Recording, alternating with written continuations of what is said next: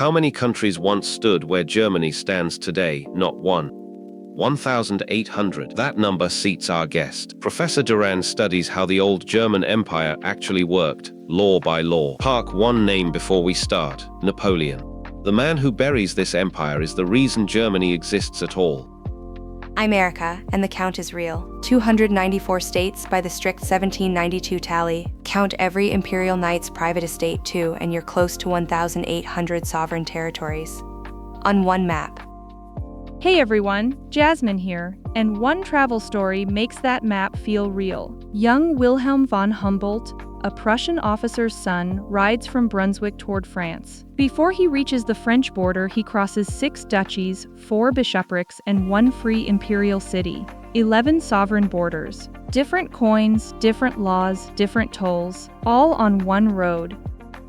The part everyone misses: that map isn't anarchy, it's law. Layered, ancient, enforceable law. Every one of those borders exists because a court once said it should. The empire wasn't a country that failed to organize, it was organization instead of a country.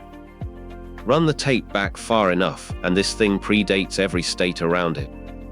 844 years by the usual count. Crowned in 962, dissolved in 1806. Start it at Charlemagne instead, and it clears 1,000. Cue the most famous burn in political history, written down by Voltaire in 1756. This body, which called itself, and still calls itself, the Holy Roman Empire, was in no way holy, nor Roman, nor an empire. It's a great line and a lazy autopsy. This empire ran working courts where a peasant could take a prince to law, and peasants did constantly. Its parliament sat continuously for over a century. Dysfunctional? Often. A joke? The joke outlasted almost everyone who told it.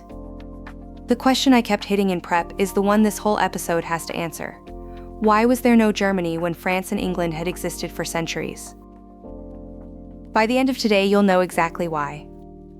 Last episode, I promised you the war in the East next. It's still coming, but this question kept cutting in line. Keep the confetti in your head. What happens to this map next is not an accident. It is a design, and wait until you see whose signature is on it. One thing before the next part, and then we move right on. If any of this is clicking, tap that like, hit subscribe, and ring the bell for the next one. It takes a second, it costs nothing, and it helps more than you would think.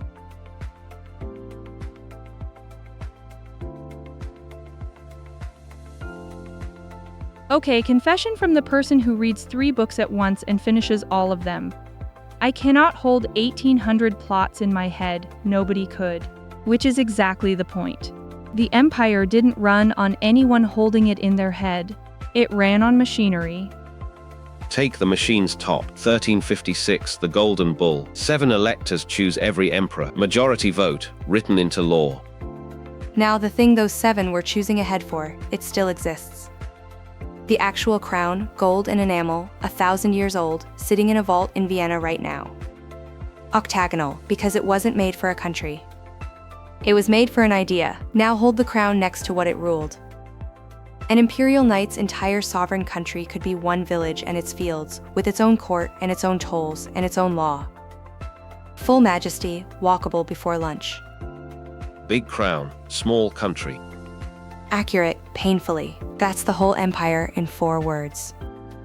And the serious version of Lewis's joke is the real headline: sovereignty here had nothing to do with size, which is why the empire needed a permanent referee. From 1663, its parliament sat in one city and never went home. The imperial diet permanently in session at Regensburg. This next part is the one to slow down for because it's where the whole episode turns. First, an honest correction. I walked in carrying 348 states, top of the range, not the count. Jasmine, pull the page, check me. Pulled, quoting it straight. Estimates of the total number of German states at any time during the 18th century vary, ranging from 294 to 348, or more. So the strict count is 294. The rest is how generously you count a knight's back garden. Huh. Lower than I carried. Good. Now the lock. 1648. Picture an apartment lease, the strangest lease ever written. The empire is the building. Each prince's territory is an apartment. And the Peace of Westphalia, the treaty that ended the 30 Years' War, is the lease that says every tenant is fully sovereign inside their own walls. The emperor is a landlord with no key to any door. Okay, stress test. What happens when two tenants declare war on each other inside the building? Because that's my catch with the lease. Real tenants don't keep private armies. These did. The landlord could knock on the door. He could never open it. The receipts say it plainly, and it's Britannica's own line. The treaties recognize the full territorial sovereignty of the member states, treaties with foreign powers included. Same shape as a homeowners association where every house writes its own building code. The association still exists. It meets, it fines, it files. It just can't make anyone tear down a fence. Name what's identical in both. Whoever holds the walls holds the law. The roof is decoration. Westphalia poured the patchwork in concrete. Every prince sovereign. A single German state constitutionally impossible. Meaning that from that treaty forward, the Holy Roman Empire as an actual state was 1648 is the death certificate. Everything after is probate. I mean that precisely. The paperwork took 150 years to catch up, but the treaty settled it. Nobody could ever again assemble Germany legally. Every one of those hundreds of pieces now had a sovereign owner, including the 51 free cities. Park that number, 51. Before this video ends, one single law wipes out 45 of them, 143 years. That's how long the parliament sat in Regensburg without going home. It was still sitting when the empire died.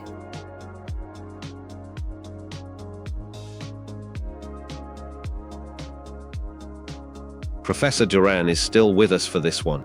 Good thing, it starts with a crime. Jasmine, you've read the Silesia file, set the scene. December 16, 1740, Frederick II of Prussia, 6 months into his reign, marches his army across the frontier into Silesia, the richest province his Habsburg neighbor owns. No declaration of war, no real pretext. He'd offered Vienna a deal days earlier and didn't wait for the answer. The frontier was lightly defended and winter was coming. By the time Europe understood what had happened, Prussia was simply holding it. The lawyers could start whenever they liked. Take the whole, 30,000 square kilometers, give or take, 35,000 by the standard count, plus 1 million new subjects.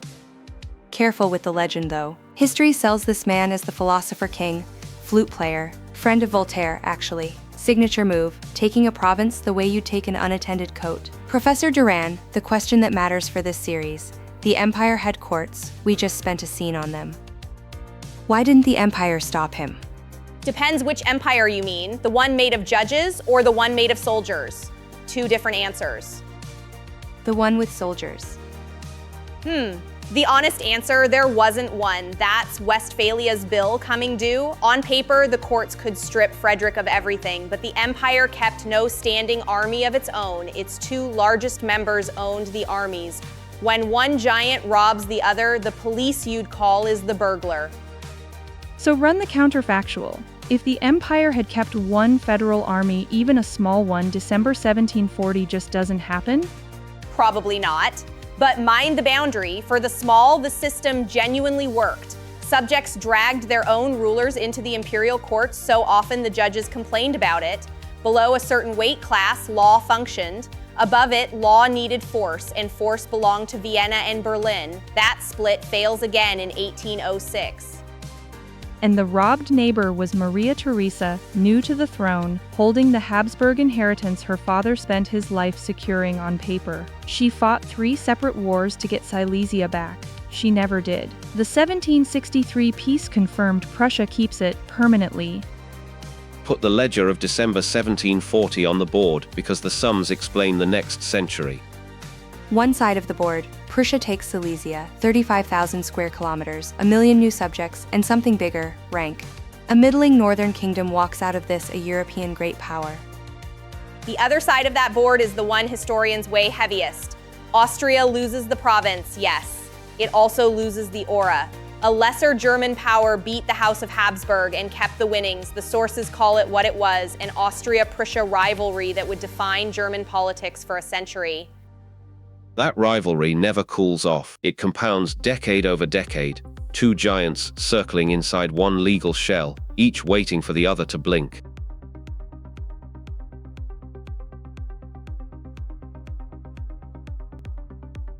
That standoff runs for more than a century, until Prussia throws Austria out of Germany altogether in 1866.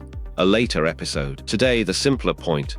By 1800, the house has two giants, and neither can allow the other to own it. Something else has to demolish the house. And the demolition crew, when it finally arrived, wasn't German. Enter the French Revolution's armies, and then the man who inherits them. Napoleon beats the old powers on the battlefield, and then does something stranger than conquest. He reorganizes Germany with paperwork. February 25, 1803. The Reichsdeputationshauptschluss. A word longer than some of the countries it deleted. This is its actual title page. One document, and the map of Germany loses 112 states.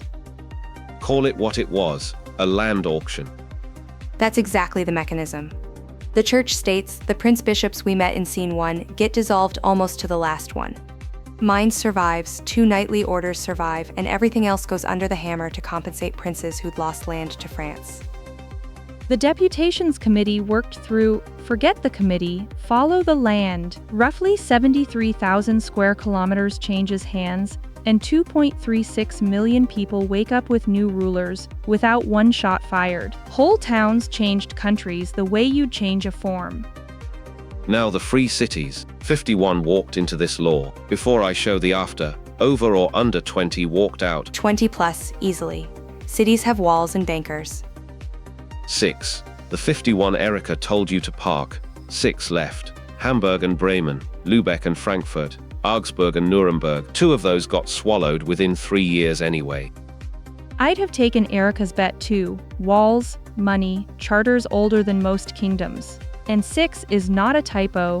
Stick with me to the valley at the end of the video, because you'll watch this exact trick land on 3 little towns.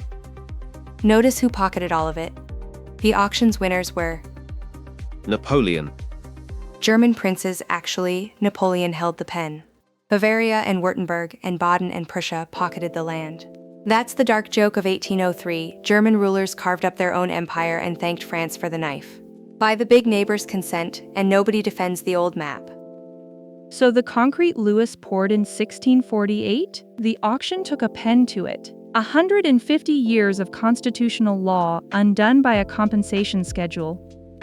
My pub history, 400 years, 3 fires. Fire never closed it. Paper is what ends things. Paper ended more of this map than any army managed in a millennium. 1 law, 112 states, not one shot.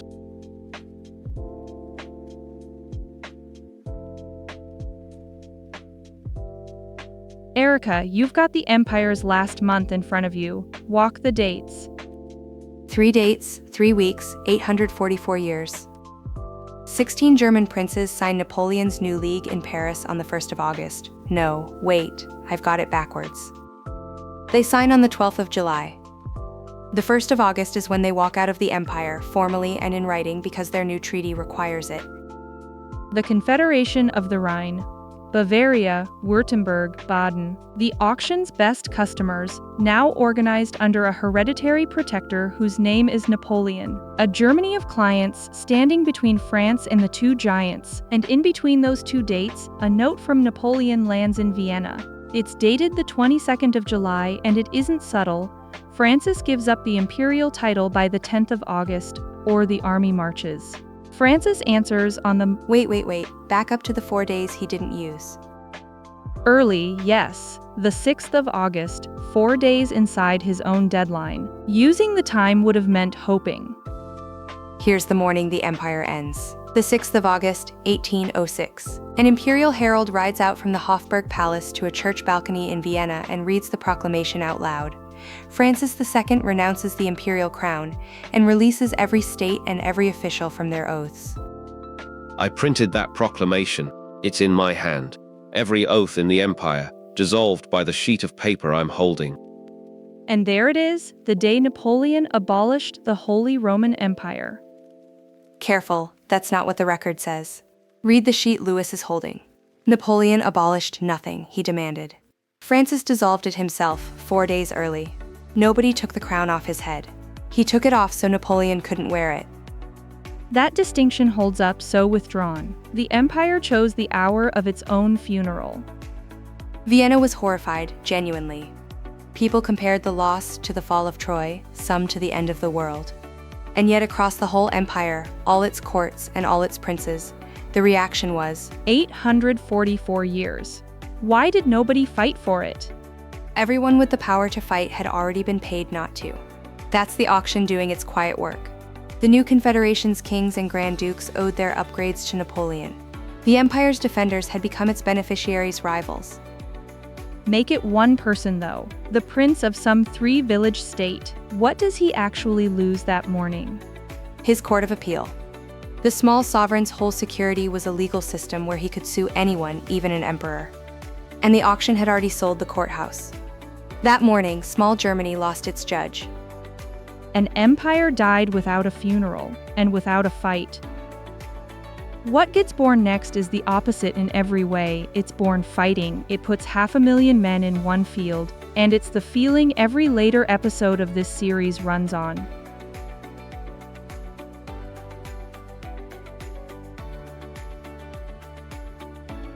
Professor Duran, you've stayed at the desk through the whole collapse, so take the question that matters most. An empire dies without a shot fired, and 7 years later, 500,000 men are tearing each other apart at Leipzig. What happened in between? Occupation happened. It did what no diet and no treaty ever managed. One shared experience for hundreds of little states. French garrisons, French taxes, French conscription, Hamburg to Munich, the same complaint in the same year. Germany's first common institution was resentment.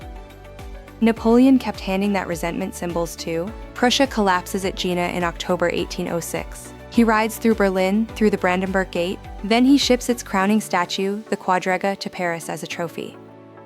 Small statue, long memory. Big crown, small country. And now the crown itself was in a crate. Berliners walked past an empty gate for 8 years. You couldn't design a better recruiting poster. Then the idea gets its book. 1808, occupied Berlin. The philosopher Fichte delivers his addresses to the German nation, written in direct reaction to Jena. His argument, there is one German people, defined by language and culture rather than any prince's border. Under occupation that stopped being philosophy and started being, No, nations aren't born. That's poet's arithmetic. Then explain the paper trail, because this one has receipts. March 20th, 1813, the King of Prussia publishes a proclamation in a newspaper, An Mein Volk, to my people. A Prussian king asking his subjects, in print, to volunteer for a war of liberation. Kings order armies. This one asked a people, and the people came. Fine, this one has a birthday. I restore fountain pens on weekends. Allow me one note. The century's most important Prussian document skipped the wax seals. It went to a newspaper. Herald on a balcony in 1806, newsprint in 1813, and the whole revolution is right there in the two deliveries. Either way, the date is the fact, the 20th of March, 1813. A king in print calling a people to war. And the people showed up. Which brings us to the field outside Leipzig. October 1813, 4 armies converge on Napoleon at Leipzig, Austria and Prussia, Russia and Sweden. More men in one battle than Europe had ever. 500,000. Say it again, slowly. Slowly then, this is the standard tally, the one every reference work carries. 4 days, the 16th through the 19th of October. About 560,000 soldiers engaged, 2,200 guns, 400,000 artillery rounds spent. It is the largest battle of the entire Napoleonic era. They call it the Battle of the Nations. When it ends, Napoleon is beaten and driven out of Germany for good. The army that does it isn't fighting for Prussia or Bavaria or Saxony alone. For the first time, the songs in the pamphlet say Germany. Casualties. Well over 100,000, 133,000, the standard count, in 4 days. Watch the sequence on the board because the order is the argument. Conquest, 1806. Humiliation, the stolen statue. The texts, Fichte to An Mein Volk, then Leipzig, each step manufactured the next. One nuance is crucial for everything that follows. This new German feeling wasn't born loving Germany, it was born hating the occupier. It starts as a defensive weapon, and a weapon doesn't dissolve because the war ends. The bookend says it perfectly. 1814, Paris falls, and the quadriga comes home to Berlin, rebuilt and rearmed. The goddess now carries an iron cross. The trophy came back armed. Professor Duran, thank you for the whole tour. Your last desk of the day, and you've earned the closing line. One sentence. The thing to remember. Remember this? The empire proved Germans could share a legal order, and the occupation proved they could share a feeling. And in 1815, Europe's peacemakers chose to fear the feeling more than they honored the law. Every crown in Europe now packs for Vienna with the same problem. The old map is gone. The feeling is loose. What do you build instead?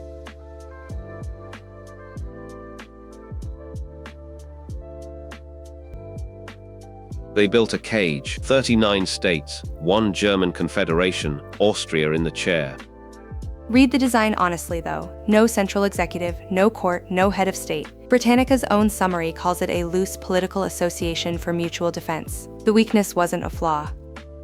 The powers wanted quiet. A Germany arranged so nothing inside it could ever. 39 states. They cured chaos with a tidier chaos. Tidier chaos. Almost their words. Quiet was the design brief.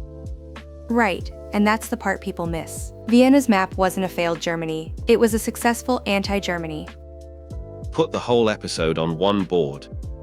1,800 territories in 1789, counting every knight's garden, 294 by the strict count, 39 after Vienna. The funnel only ever narrows, and everyone watching knows the number it's pointing at. We are not drawing that one today. Here's the ruling, since we owe you a verdict. As a legal order, it worked, for centuries, for the small. As a power, it failed the one test that mattered. Voltaire only ever told you half. Now watch the whole story happen in one small river valley near the French border. 3 towns, a morning's walk apart. Saarbrück in, under its own princes. St. Ingbert, 3 centuries under the Archbishop of Trier, then a count's family. Rohrbach, a Protestant village. Protestant because its Duke in Zweibrücken said so. Hold on, 3 sovereignties inside one valley? 1 valley, 3 flags before breakfast. Then the French Revolution swallows all 3 for about 20 years. A valley that had been forging iron since 1733. 32, I thought. Contract in 32, furnace lit in 33. Doesn't matter. What matters? St. Ingbert even declared itself a free republic in the chaos of 1797. It lasted 8 days. Napoleon's armies later marched the imperial highway straight through Little Rohrbach. And in 1815, where does the valley land? Split, Saarbrück, and goes to Prussia. In 1816, St. Ingbert and Rohrbach go to Bavaria. The 2 giants now stare at each other across one small river valley. That valley is the arc in miniature. Patchwork France, then the giants. Watch it. We'll stand in it again. And one bow tie, because history writes, actually, this one wrote itself. The student from our cold-open Wilhelm von Humboldt of the 11 Borders grew up to sit at Vienna as one of Prussia's own diplomats. The kid who crossed the patchwork helped sign the map that replaced it. That pays the name Louis asked you to park at the top. Napoleon set out to bury German unity. Instead, he built its 2 ingredients, 1 simplified map and 1 shared feeling. He built his own enemy. If today gave you a single rule, make it this. Germany wasn't late. Germany was locked, and the man who broke the lock never meant to. One last picture then. The monument to Leipzig to 1813 was finished in 1913. 1 year before the war this whole series is about. Today you watched a man try to bury German unity and build it by accident. Next time is the mirror image. A man who sets out to build it on purpose. 3 wars, 7 years, 1 empire. If today finally made the old German map make sense, a like helps more viewers find it, and subscribing brings you the rest of this road to 1914 as it lands. One question we genuinely can't settle, so it's yours. Could the old empire ever have modernized itself into a federal Germany, Or was demolition the only door? History's verdict on that one isn't in, and I've learnt not to rush a verdict. This is Lewis, with Erica and Jasmine, and Professor Duran. Thanks for watching, and for walking the old map with us. See you on the road to 1914.